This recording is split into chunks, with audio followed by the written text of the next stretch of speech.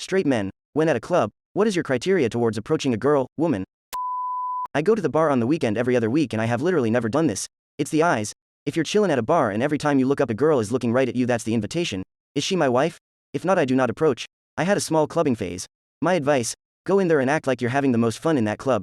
Everyone wants to be around the fun guy. Nobody cares for the shy dude in the back. Just have fun. Dance, let them approach you. Contextual and opportunistic.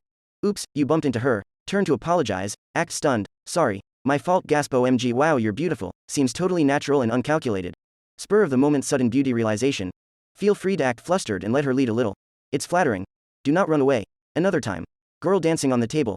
I walk up to the edge of the table and openly stare directly into her eyes as she continues dancing. She looks good dancing. I know. She knows. She knows I know. Sexual tension rises fast. I take her by the hand. Pull her off of the table and hold her while saying hello. My friend Reeves and cockblocks the ever-fucking god piss clocking shit out of me and I go home dry. MF. Sexual tension popped. Do not be that guy. Sometimes you just have to plonk yourself down on a couch next to a pretty girl and just say, "Hi. What's your name? How are you? Do you like," insert some bullcrap. It is more difficult to light a fire than it is to keep it burning. And what is your criteria towards approaching? How often do you want to be hugged? Does it feel clingy if a girl hugs too much? Speaking for myself personally, hold on and don't let go. I love me some hugs. It depends on the man. Frankly, I love it when a woman is clingy, not in the sense that she is controlling, but wanting a good amount of physical affection. All the friggin' time. Also, nothing better than spooning while sleeping. As far as feeling clingy, in my experience, it only feels clingy if you don't really have feelings for her. I'm a hugger. I've been told by many people that I give really good hugs. If a woman wanted to hug me and won't let go, I wouldn't let go. Even if it was just a platonic friendship hug. All the time, we have so much going through our minds that we get overwhelmed and sometimes we just want to be hugged or held. There's no such thing as too many hugs. If you really like someone, you always want to hug them as it feels so good. I love hugs.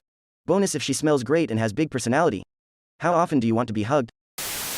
What do men sacrifice for love? Degrees of freedom. With regard to money, career, life choices, living arrangements, you can't just do whatever you want whenever you want. You coordinate as a team and balance your interests. My wife and I are super open about needing personal space. Sometimes she needs space to do her arts and crafts, and I need time to read my books and play video games, etc. The key is just to be open and honest. If you need personal space, just tell them. There's a fine balance. Of course you need to spend a lot of time together, especially if you have kids. But everyone needs alone time. Just communicate about it. Everything for the right woman. For my ex I dated under the table, drove 69 miles to see her at school, the only safe place, while she broke religious rules to be with me. Sadly, religious guilt and family not accepting me broke us off. I still think she is a G though. Sadly, haven't heard from her in like a month. Mental health seems to be something that is commonly being sacrificed for love. Henry David Thoreau famously stated in Walden that the mass of men lead lives of quiet desperation. He thinks misplaced value is the cause. We feel a void in our lives, and we attempt to fill it with things like money, possessions, and accolades. We think these things will make us happy. And what do you sacrifice for love? A guy hit on me today and it moved me to tears. I was driving home today and as I pulled up to a stoplight, a young man inside of a beat-up blue car pulled up next to me, and we waited for the light to change together. He got my attention by saying, "Hey, you dropped something." I'm very gullible and said, "Huh, what did I drop?" To which he replied, "My number. Have a great day, I love you." I've been feeling down lately as it's been a little over 3 years since my brother died, and as more time passes he feels farther and farther away from me than ever. I broke down last night and as a last-ditch effort prayed to God that he would give me some sort of sign that my brother is still with me, because I've never needed encouragement more in my life.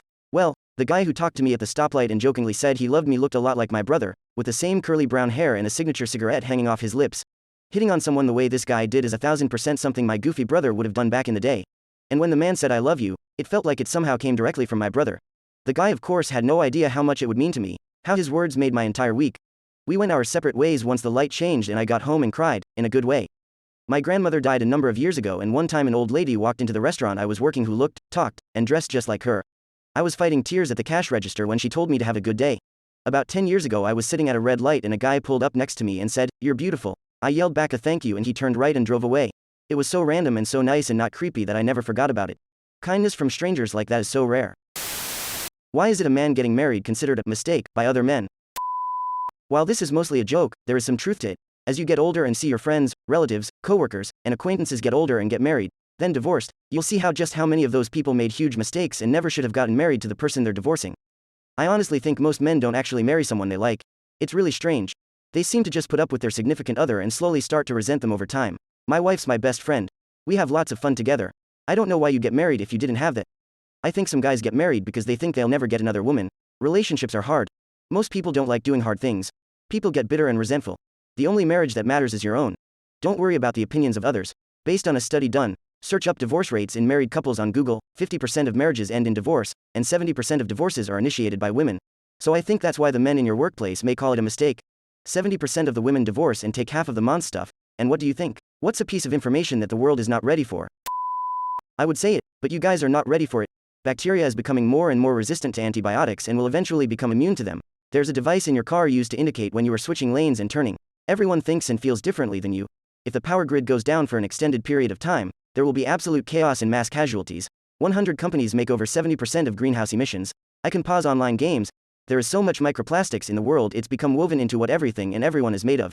It's been proven to be in our brains, our blood, the water we drink, the food we eat, and even the air itself. It enters our children before they have even been born. The amount of microplastics in us increase year after year and we can't avoid it. What will happen when it eventually reaches that critical tipping point to affect us severely? Reduced cognitive function? Sterility? Immune system shutdowns? Evolution into a plastic-based life form? If it ends up being bad enough, the world will become absolute chaos. And do you know a piece of information that the world is not ready for? What genuinely still makes you as happy as it did when you were a kid? Riding a bicycle. Still feels like freedom. Licking the mixing spoon of some brownie or cake batter. Anytime I drive past a field of cows or horses, I'll proclaim it. Cows or horsies. Childish maybe, but they are very nice animals, I always thought. Seeing an animal in the woods unexpectedly, even something like a raccoon clambering up a tree, is pretty fantastic. Music, easily. Always has and always will. Snow days. Getting off work is just as exciting as school closures. Rain, fucking love it. The pitter-patter of it on windows and roofs. When it's a clear night and you can see so many stars. Finding a coin on the ground. And what still makes you as happy as it did when you were a kid? What's the scariest thing you've woken up to in the middle of the night? My grandmother just standing there in the dark by my bed, quietly wringing her hands and staring at me. My mom saying I needed to get up and go with the cop. My mom screaming up the stairs, "Get out of the house now." And my brother swinging my door open to get us out. The house was on fire. Centipede crawling on my face. I still shiver thinking about when that happened. Cat dropping a giant ass spider on my chest, then giant spider disappearing in my panic. A cop walking into my Airbnb at 4 a.m. in Tennessee. Somehow he had the code and just walked in. I was sleeping on the couch right near the front door. He yelled at me and asked my name and what I was doing there. I was dazed and said, I'm sleeping here, man. And he's like, "We were called about a breaking and entering at this address." And I said, "I dunno, man." And he was like, "Well, sorry to disturb you." And he walked out. Found out later that the call came in from a different address and the cop still had the door code from a previous call that was put in at this building before. This is where I learned if someone breaks into where I'm sleeping in the middle of the night, I ain't gonna do shit. My reaction time is about 5 minutes. And what's the scariest thing you were woken up to? How do you answer the dreaded question? What do you want for dinner? I tell them exactly what I want, which is always steak. Grilled chicken thighs for me. Some jerk sauce. Blacken the skin, on point. I'm not hungry. Then steal half of their fries. See how they like it for a change. If I'm being asked, it's gonna be sushi, or I'm just gonna sit down and eat a bag of chips. If it's my wife, I usually say, "You," on a plate, with sugar on top, and then do an Austin Powers style tiger growl. Makes her laugh every time. If asked, I'll choose, no problem. If I ask her and she starts throwing options out, I go to the first one she says. After a few of those, she starts saying what she wants first. I'm the cook. So, what I feel like cooking. Or takeout. The closest clucking thing that looks remotely like food. And how do you answer what do you want for dinner? Men, what is something a woman said to you that stuck with you? I've been pretending to love you for the entire 5 years we've been together. When I was in grade school, I used to bite my fingernails pretty often as a habit. In 7th grade, when I was just starting to get interested in girls, one girl said, "You know, biting your nails is really unattractive. You're an asshole, and you know you're an asshole, and you warn people you're an asshole, but that doesn't make it fucking okay. Grow the freak up. Thanks for the house. You're adorable." I don't remember her hardly at all given she was a stranger, but the words said are mentally branded into my mind. Nobody will ever love you, you'll die alone, and there is nothing you can do to change that. Tilde, the only girl I've opened up to my entire adult life. I like your shirt. That was 10 years ago. Still have the sheer. And what is something a woman said to you that stuck with you? Men, what is the dumbest, most petty reason someone has threatened to sue you for? I, physics teacher, had a parent show up to conferences with a lawyer once because I had refused to give his daughter credit for a minor assignment that she had blatantly plagiarized. The lawyer asked to record our conversation.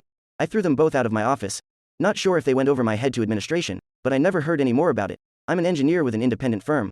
We get threats of lawsuits mostly because they don't follow my clucking instructions, then get upset when shit doesn't work properly. I used to be a journalist. People threatening to sue me was constant background noise that I tuned out and barely noticed. You get a bit of media law training in journalism school. Not enough to be a lawyer, but enough to know what people can and can't sue you for, and the people threatening to sue almost never have grounds to actually sue. Literally never, in my case. Not a single one ever followed through. I like to think that some of them wasted time, money consulting a lawyer and were told, "You're an idiot. You have no grounds. Stop wasting my time."